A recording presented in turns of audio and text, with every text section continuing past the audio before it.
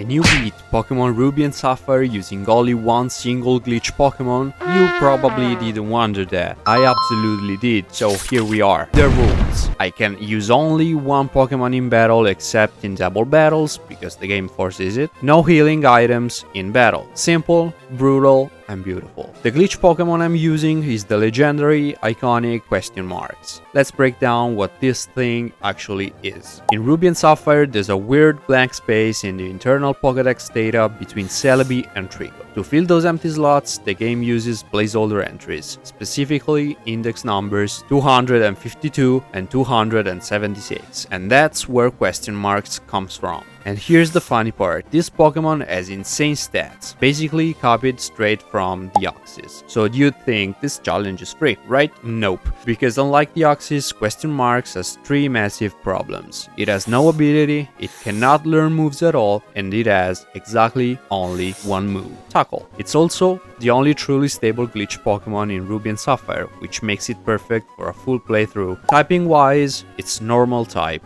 weak to fighting, immune to ghost. Alright, enough science. I got question marks at level 3, which means the first mission is obvious, grind until it's at least starter level, because right now it's basically a baby with Deoxys muscles. After some early training, I push forward, beat some trainers, and reach Petalburg City, where we meet the man who deserves the award for worst father in Hoenn. Before that though, we help a kid named Wally catch his first Pokémon. Into Petalburg Woods we go, where Team Magma's first recruit learns an important lesson. Tackle is still a problem when you have Deoxys stats behind it. We burn through Route 104 and arrive in Rasburo City. Time for Gym 1. I go in confident because until now question marks has been deleting everything. One small issue.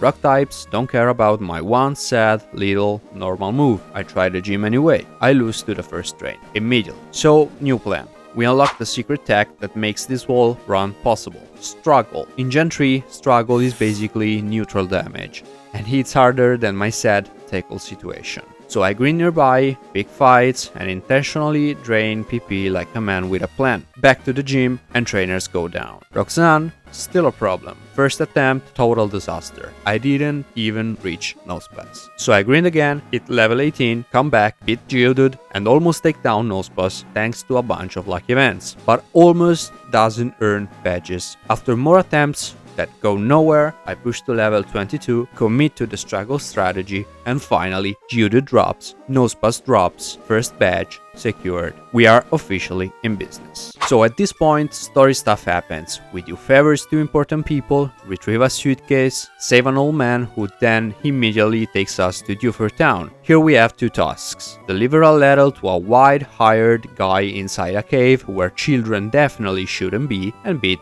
Gym 2. Trainers, easy. Brawly, not easy. Matchup goes down to Tackle. Makuhira almost goes down, then remembers I'm a normal type and decides to end my entire career. Second attempt, 2 good tackles and Makuhira drops. Badge number 2 earned. We then deliver the letter to Steven Stone, then hop the boat to Slayport City. On the beach we beat up trainers who are way too young to own living creatures, stock up on soda like it's a survival game, and head to the museum where Team Magma gets folded again. Then we go to Route 110 and grind question marks to almost level 30 because I remember what's coming, the rival battle. This fight traumatized me as a kid. It's one of the nastiest rival fight in Gen 3, except this time I'm overleveled and using a Deoxys stat glitch Pokémon. So yeah, she gets deleted. We reach Mobile City, crush Wally's dream again, then step into Gym 3, a hallway of incompetence and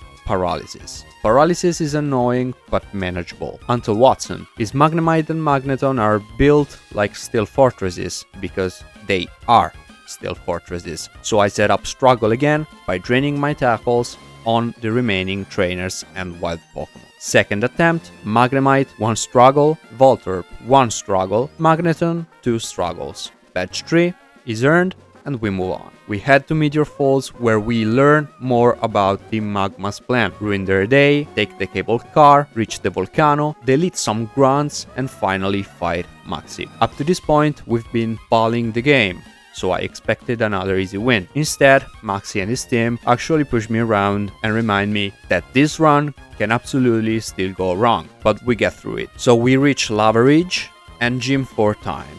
We solve a puzzle I swear I remembered being harder, reach Flannery, and wipe her to Slugma quickly. Then comes her haste, a cargo. I hit it with tackle, she hits me with hover it and nukes off my health. I respond with a critical tackle and take the badge. Badge number 4 is earned. Now it's time to fight my father. And holy god, he is strong. Attempt number 1, slugging uses facade and high evaporate. Attempt number 2, I crit the first slugging and win, then the second slugging reveals he is the dumb sibling because he keeps trying focus punch, losing focus every time I touch him. Vigoroth comes out and thankfully goes down to 2 tackles. Badge number 5 is earned. Norman receives the official trophy for worst father in Hoenn. So we reach the Weather Institute, fight Team Magma again, beat the admin easily, and then immediately get jumped by the rival. This time it's clean. Every one of our Pokemon falls to 1 struggle each, as you can see. We get Fly, reach Fortress City, and it's Gym 6 time. Flying Gym, right? Should be easy. Wrong, because Winona has Skarmory, a flying steel wall designed specifically to ruin my 1-move lifestyle. Attempt number 1, tackle works on Swallow and Pelipper, Skarmory laughs, and I lose. Attempt number 2, same story, I lose harder. Fine, struggle strategy. Attempt number 3, I struggle Swallow and Pelipper down, then realize Skarmory's defense is still too high and I lose. Attempt number 4, same, I lose. Then I do one last attempt before rage quitting and do something stupid. I go back to tackle. Swallow drops, Pelipper drops, then I just hammer Skarmory with tackle until a critical hit goes in. Skarmory finally falls and Altaria tries to be heroic but gets flattened. Badge number 6 is obtained and I guess, yeah, it's my lucky day. We continue, beat trainers and reach Lilycove City and fight the rival one last time. And honestly, it's kind of sad that Ruby and Sapphire ends the rivalry before we even see the final starter evolutions. But emotionally sad doesn't mean mechanically hard. She in fact get destroyed. We head to Mount Pyre, climb to the top, delete 3 grunts and watch Maxi take the wrong colored orb like a fucking genius. Then we go back to Slateport, witness the submarine theft, and storm the magma hideout in Lilycove. We push through grunts, teleport spats, defeat the admins Numel, Myriana and Camerupt, but still somehow Maxi escapes with the submarine. Now we need dive, so we head toward Moss Deep City. We grab the HM and enter Gym 7. The gym itself is easy. The leaders, Tate and Liza, are the hardest fight in the entire run. Double battle. 2 bulky, psychic rock monsters, and I have only 1 viable Pokemon. First attempt is just scouting. I immediately realize, without struggle, this is fucking impossible. So I prepare struggle and try again. New problem. In Gen 3, struggle doesn't let you choose the target in double battles. So now the fight is basically, please, hit the right thing while both enemies focus on me, and I pray RNG doesn't ruin my day. After enough failed attempts, and trust me, there were many, I accept the only reasonable options. Overlevel to 100 and trivialize everything, or catch a temporary partner only for this double battle. And I choose option 2. I catch a level 33 Wailmer only to survive a hit, use Surf to damage both opponents, and then never exist again. After many attempts where Wailmer gets deleted turn 1, we finally hit the winning run. Question Marks struggles Lunatone, Wailmer survives and surfs both. Next turn, Lunatone drops, Water Pulse plus struggle finishes Solrock. Badge number 7 is earned, and trust me, this was a hard one. So now we can dive and we can save the world, and I can stop looking at Moss Deep ever again. We dive, reach the submarine and fight Maxi again. I underestimate him. Crobat, it's hard. Confusion happens, Camerupt finishes me. Second attempt, I 2-shot my Rihanna, get Swaggered, which is confusing, but also boosts my attack, and thankfully I never hit myself. Crobat drops, Camerupt drops, then Maxi wakes the Ruby Legendary using the wrong orb because it's a Hoenn-wide drug and makes the region unlivable. Amazing leadership, Max. Once again the world is saved by a 10-year hold. We go to Pseudopolis, calm down Groudon in the most pathetic way imaginable, then fight Wallace. On paper, water types should be annoying. In practice, the Oxy stats go hard. Love Disc, 1 tackle. Wishcash, 2 tackles. Celio, 2 tackles. Seeking, 2 tackles. And Milotic almost KOs me, but still drops to 2 tackles. Badge number 8 is earned. and we now head to Victory Road. We enter the Victory Road and crawl through the cave. Then we meet Wally again, the crybaby, who actually built a solid team this time. Attempt number 1, Altaria and Delcatty drop, Magneton stops me. Attempt number 2, same start, but this time Magneton goes down after 3 tackles. I'm low HP, but Roselia drop instantly. Gardevoir uses Future Sight and I get 3 free hits while it sets up, which is hilarious. Respect, Wally, you were a good rival. So we finally reach the Elite Four. This is the final stretch, and so I decide no more games. I grind question marks to level 100 and let's do the league. So, Sydney. I use Struggle plus Shell Bell to sustain. My Rihanna falls after a few struggles, Cacturne takes 2, Sharpedo takes 1, Absol fights back with Slash, but loses, and Shiftry takes 2. 1 down, let's go to the second. So the second one is Phoebe. I use my new tactic, the X attack, to boost struggle damage. Dusclops, Banette, Sableye, Banette and Dusclops all drop clean,